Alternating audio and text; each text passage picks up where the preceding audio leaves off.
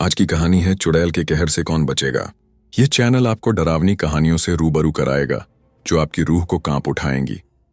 हम आपके लिए भूतों, भूतिया जगहों और अनसुलझी मुसीबतों से भरी ये कहानियां लेकर आते हैं।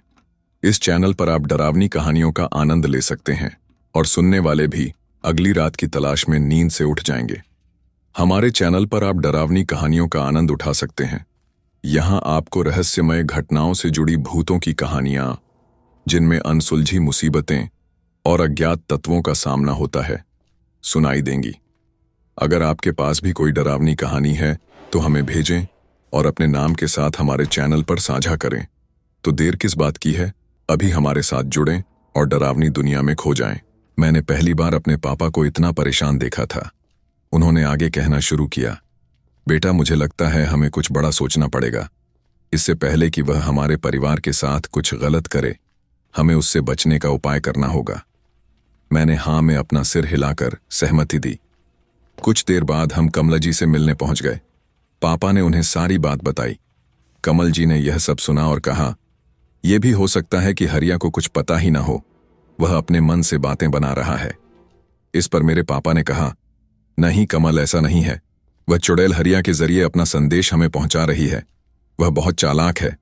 चलो एक बार उस तांत्रिक को यह सब बताते हैं, क्योंकि उसके काले धागे की वजह से ही वह हम पर हमला नहीं कर पा रही है। अगले दिन हम दोनों कमल जी के साथ उस तांत्रिक के पास पहुंच गए। पूरी बात सुनने के बाद उसने कहा, हाँ मुझे भी कुछ तो गलत लग रहा था कि इतनी आसानी से वह कैसे मुक्त हो गई। मुझे लगता है जब मैं आंखें बंद करके मंत्र का उच्चारण कर रहा था, वह उसी समय चली गई थी। तांत्रिक की बात सुनकर हम तीनों बहुत डर गए थे। हमें एहसास हो गया था कि यह तांत्रिक कुछ नहीं कर पाएगा, इसीलिए हम बिना कुछ बोले वहां से बाहर आ गए। कमल जी ने कहा, अब क्या करें ज्ञानचंद जी? उनकी बात सुनकर मेरे पापा ने कहा, चलो आज ही गांव चलते हैं, वहां उन्हें एक गंगा ताई ही हैं, तो अब हमें कोई रास्ता दिखा सकती हैं। बस दुआ करो कि वो जिंदा हों, बहुत साल से उनकी कोई खबर नहीं मिली है। हम गाड़ी में बैठकर सीधे गांव पहुंच गए। गांव वालों से गंगा ताई के बारे में पूछा तो उन्होंने बताया कि वो बीमार हैं। हम उनके घर पहुंच गए। पहले तो उन्होंने किसी को पहचाना नहीं, फिर जब पापा और कमल जी ने अपना परिचय दिया तो वो पहचान गईं। गंगा ताई ने जो कुछ बताया उसे सुनकर हमारे रोंगटे खड़े हो गए। उन्होंने कहा, मैंने ही उन दोनों लड़कों के परिवार को उस चुड़ैल से बचाया था। वह उस समय बहुत क्रोध में थी और उनके भी पूरे परिवार को मारना चाहती थी। यह सुनकर मेरे पापा ने ताई जी के पैर पकड़ लिए। गंगा ताई, हम बड़ी उम्मीद लेकर आए हैं, हमें और हमारे परिवार को भी बचा लीजिए। यह सुनकर गंगा ताई ने कहा, तुम भूल रहे हो मैंने क्या कहा। मैंने कहा मैंने उनके परिवार को बचाया था, बदले में चुड़ैल को उन दोनों का शिकार बनना पड़ा था। अगर तुम्हें अपने परिवार को बचाना है तो तुम दोनों को मरना पड़ेगा। तभी मैंने कहा, नहीं ये कैसे हो सकता है, छोड़ो पापा, जो होगा मिलकर सह लेंगे। मैं अपने पापा को मरने नहीं दे सकता। गंगा ताई चिल्लाकर बोली, तो क्यों आए हो मेरे पास, चले जाओ यहां से और मरो जाकर। मेरे पापा और कमल जी ने किसी तरह उन्हें शांत किया। तब गंगा ताई ने कहा, सुनो, मैं उस चुड़ैल को बुलाऊंगी, फिर तुम्हें उसे सौंपने का वचन दूंगी। बदले में तुम्हारे परिवार को छोड़ने का वचन उससे लूंगी। मंजूर है तो बोलो। कमल जी बोले, हमें मंजूर है। भाई ज्ञानचंद, हमने तो पूरी जिंदगी देख ली, जब परिवार ही नहीं रहेगा तो जीकर क्या करेंगे। अपने परिवार के लिए हमें अपने प्राण दे देने चाहिए। पापा ने भी हाँ में सिर हिलाकर उनका समर्थन किया। मैं कुछ बोल नहीं पा रहा था, लेकिन मेरा मन छटपटा रहा था। मैं अपने पापा को खोना नहीं चाहता था। 2 दिन बाद का समय निश्चित हुआ। हमें अपने अपने परिवार के साथ वहां आना था। रात के समय चुड़ैल को बुलाया जाएगा। घर पहुंचकर मैंने और पापा ने सारी बात अपनी मम्मी और आशा को बता दी। ये सुनकर उनका रो रो कर बुरा हाल हो गया। पापा उन्हें समझा रहे थे, लेकिन मेरी मम्मी बार बार बेहोश हो जाती थीं।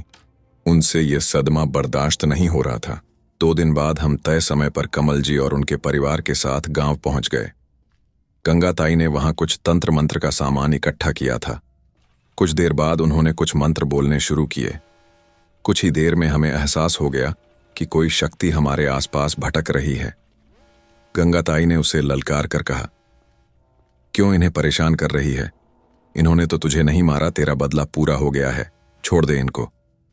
उस परछाई ने हंसते हुए कहा, तू इन्हें नहीं बचा पाएगी, मैं इन सबको मार दूंगी। गंगाताई बोली, इनके परिवार को छोड़ दे, बदले में मैं इन दोनों को तुझे सौंप दूंगी। परछाई बोली, ठीक है, मैंने तेरी बात मान ली, इन्हें मेरे हवाले कर दे। गंगाताई ने कहा, जाओ, तुम दोनों उस खेत में चले जाओ, मैं इससे ज्यादा कुछ नहीं कर सकती। मुझे बहुत गुस्सा आ रहा था, मैंने चिल्लाते हुए कहा, हिम्मत है तो मुझे मार के दिखा, इन बुजुर्गों पर क्या अपनी शक्ति दिखा रही है। गंगाताई ने कहा, ज्ञानचंद रोक अपने बेटे को, नहीं तो ये भी जान से जाएगा, इसे पता नहीं वो कितनी शक्तिशाली है। मेरे पापा मेरे पास आए और अपने हाथ से मेरा मुंह बंद कर दिया और बोले, इसे माफ कर दे, ये बच्चा है, मैं मरने के लिए तैयार हूं। फिर मेरे पापा ने कहा, बेटा सबका ध्यान रखना, मेरे तेरा साथ यहीं तक था, अब मेरे जाने का समय आ गया है। मैंने आज तक कभी हिम्मत नहीं हारी, तू भी हिम्मत से काम लेना। ये सब देखकर मेरी मां बेहोश हो गई। मेरी पत्नी आशा रो रही थी और मां को संभाल रही थी। कुछ ही देर में कमल जी मेरे पापा को साथ लेकर उस खेत में चले गए। कुछ देर वो हमें दिखाई दिए और फिर आंखों से ओझल हो गए। उनके जाते ही उनका परिवार और हम सब रोने लगे। गंगाताई ने कहा, तुम लोगों के कारण ही उन्होंने कुर्बानी दी है, अब तुम यहीं सुबह तक इंतजार करो, सुबह ही हम खेत में जाएंगे। हम वहीं बैठकर सुबह होने का इंतजार करते रहे। सुबह होते ही मैं और कमल जी का बेटा दोनों दौड़कर खेत में पहुंच गए। तब तक गांव वाले भी इकट्ठे हो गए थे। वहां जाकर देखा कि मेरे पिता और कमल जी दोनों की लाशें पड़ी थीं। उनके शरीर पर कई जगह घावों के निशान थे, जिनसे खून निकलकर जमीन पर पड़ा पड़ा सूख सा गया था। ये सब देखकर हमारा दिल बैठ गया। गांव वालों की मदद से हम दोनों को गंगाताई के घर के आंगन में ले आए। चुड़ैल का बदला पूरा हो गया था। वहीं गांव में दोनों का अंतिम संस्कार करे हम सब वापस आ गए। पिताजी के जाने के कुछ दिन बाद ही मेरी मां ने भी प्राण त्याग दिए। ये सदमा वो बर्दाश्त नहीं कर पाई। आज कई सालों बाद भी मैं ये सब सोचकर सिहर जाता हूं। आज भी मेरा मन करता है कि उस चुड़ैल से बदला लूं, लेकिन यह सब शायद हमारे वश में नहीं है।